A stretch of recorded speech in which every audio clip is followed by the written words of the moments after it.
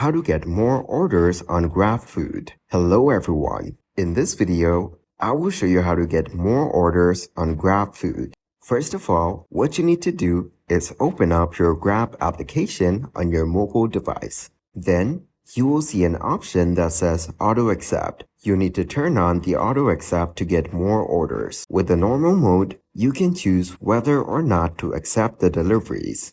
For Auto Accept, it will be taken that you will accept all orders. And Grab does state that riders will receive more orders in this mode. So that is exactly how you can get more orders on Grabfood. By enabling this option, you will not miss out on any orders and you will get all the orders available. Thank you guys for watching this video. Hope you got some value. Make sure to like the video and subscribe to the channel to get notified of new videos.